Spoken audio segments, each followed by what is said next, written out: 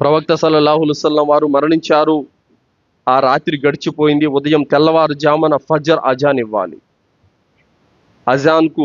అజాన్ ఇవ్వడానికి బిలాల్ రదియల్లాహు అన్హు వారు వచ్చారు. అల్లాహు అక్బర్, అల్లాహు అక్బర్, అష్హదు అల్లా ఇలాహా ఇల్లల్లాహ్, అష్హదు అన్న ముహమ్మద్ అనే కాడ ఆయనకి మతిపోయింది. అజాన్ ఇవ్వలేకపోయారు. ముహమ్మద్ సల్లల్లాహు అలైహి వసల్లం వారు పేరు పలకటానికి దుఃఖం పొల్లుకొచ్చేసింది. ఇంకా ఆయన వల్ల కావడం లేదు. ఏడ్చేశారు. కాసేపు అజాన్ ఇవ్వటం ఆగిపోయింది. మెల్లిగా తేరుకొని లేచి నిలబడి ముహమ్మద్ సల్లల్లాహు అలైహి వసల్లం ఆ పేరు పలికిన తర్వాత మెల్లగా అజాన్ ఇచ్చేసి పూర్తి చేశారు. అది విన్నటువంటి సహాబీలందరూ కూడా కన్నీరు మున్నీరైపోయారు. దాని తర్వాత అబూబకర్ రదియల్లాహు అన్హు వారిని అడిగారు, అబూబకర్, ఈ మదీనాలో నేను ఉండలేను, నేను సిరియా బార్డర్ దగ్గర యుద్ధ పహారా కాస్తాను, సైనికుల్లో చేరిపోతాను, నేను ఆ సైనికుల్లో ఉంటాను నేను అని చెప్పేసి అన్నారు. అబూబకర్ రదియల్లాహు అన్హు వారు ఒప్పుకోలేదు దానికి. నీకు వయసు కూడా ఎక్కువ అయిపోయింది, ఇబ్బంది పడతావు, నువ్వు ఇక్కడే ఉండని చెప్పేసి అన్నారు. దాని తర్వాత ఉమర్ రదియల్లాహు అన్హు వారి యొక్క కాలం కూడా వచ్చింది. ఉమర్ రదియల్లాహు అన్హు వారు ఉండమన్నారు, ఇక్కడే ఉండన్నారు. లేదు, ఆయన అబూబకర్ రదియల్లాహు అన్హు వారు మాట నేను ఎందుకు విన్నానంటే, ఆయన నన్ను బానిసత్వం నుండి విడుదల చేశారు, అందుకారణంగా ఆయన మాట నేను కాదనలేకపోయాను. కానీ నేను ఈ మదీనాలో ఉండటం వల్ల ప్రవక్త యొక్క గుర్తులు నాకు మాటికి గుర్తుకొచ్చి ఈ యొక్క వేదనకు తట్టుకోలేకపోతున్నాను, ఈ దుఃఖానికి నేను అల్లాడిపోతున్నాను, నేను ఇక్కడ ఉండలేను అని చెప్పేసి అనుమతి తీసుకొని సిరియా బార్డర్ దగ్గరికి వెళ్ళిపోయారు ఆయన. దాని తర్వాత చాలా కాలం అక్కడే ఉన్నారు.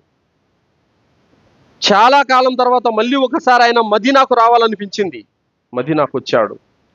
మదీనాకు వస్తే ఇమాం హసన్ హుసేన్ రదియల్లాహు అన్హుమా అజాన్ ఇమ్మని బిలాల్ రదియల్లాహు అన్హు వారిని కోరారు.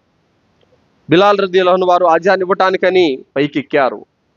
పైకెక్కి అజాన్ ఇవ్వగానే అప్పుడు కూడా ముహమ్మద్ సల్లల్లాహు అలైహి వసల్లం వారి పేరు రాగానే ఆయన దుఃఖం పొల్లుకొచ్చేసింది, తట్టుకోలేకపోయారు.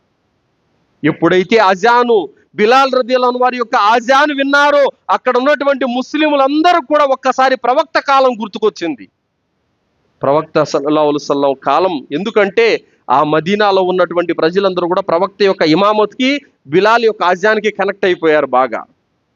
ప్రవక్త గారి యొక్క ఆ బిలాల్ రదియల్లాహు అన్హు వారి యొక్క స్వరం వినగానే ఇంట్లో ఉన్న చిన్న పెద్ద ఆడవాళ్ళందరూ కూడా బయటకు వచ్చేశారు. ఏదో ఒక తెలియనటువంటి ఒక కొత్త అనుభవం ఆ రోజు వారికి కలిగింది. ప్రవక్త గారి యొక్క కాలం నాటి మధుర స్మృతులు వాళ్ళకి హృదయానికి తగిలాయి. ఆ కాలంలో ఆ సమయంలో బిలాల్ రదియల్లాహు అన్హు వారి యొక్క అజాన్ విని అమాంతంగా ఏడ్చేశారు అందరూ కూడా. దాని తర్వాత బిలాల్ రదియల్లాహు అన్హు వారు అక్కడ వెళ్ళిపోయారు. సిరియాలోనే డెమస్కస్లోనే ఆయన మరణించారని చాలా ఉల్లేఖనాల ద్వారా తెలిసింది. సోదరులారా, బిలాల్ రదియల్లాహు అన్హు వారి యొక్క త్యాగాలు, బిలాల్ రదియల్లాహు అన్హు వారి యొక్క సదాచరణ, బిలాల్ రదియల్లాహు అన్హు వారి యొక్క తక్కువ నేటికి కూడా ఎన్నో జుమ్మా ప్రసంగాలలో కానీ బయాన్లలో కానీ ఎంతో మంది పండితులు ఈరోజు చెప్పుకుంటున్నారంటే కారణం ఏంటి సోదరులారా? కారణం ఏంటి? చరిత్రకారులు కూడా, ఉల్లేఖకులు కూడా ఎన్నో హదీసులు ఆయన గురించి రాశారనంటే అర్థం ఏమని? ఆయన నుండి మనం ఏదో గుణపాఠం గ్రహించాలని, ఆయన విశ్వాసం నుండి, ఆయన జీవితం నుండి, ఆయన ఆచరణ నుండి మనం కూడా ఎంతో కొంత నేర్చుకోవాలన్నటువంటి ఎన్నో ఉన్నాయి సోదరులా. కావున ప్రతి ముస్లిం కూడా బిలాల్ రదియల్లాహు అన్హు వారి యొక్క విశ్వాసాన్ని ఆదర్శంగా తీసుకోవాలి.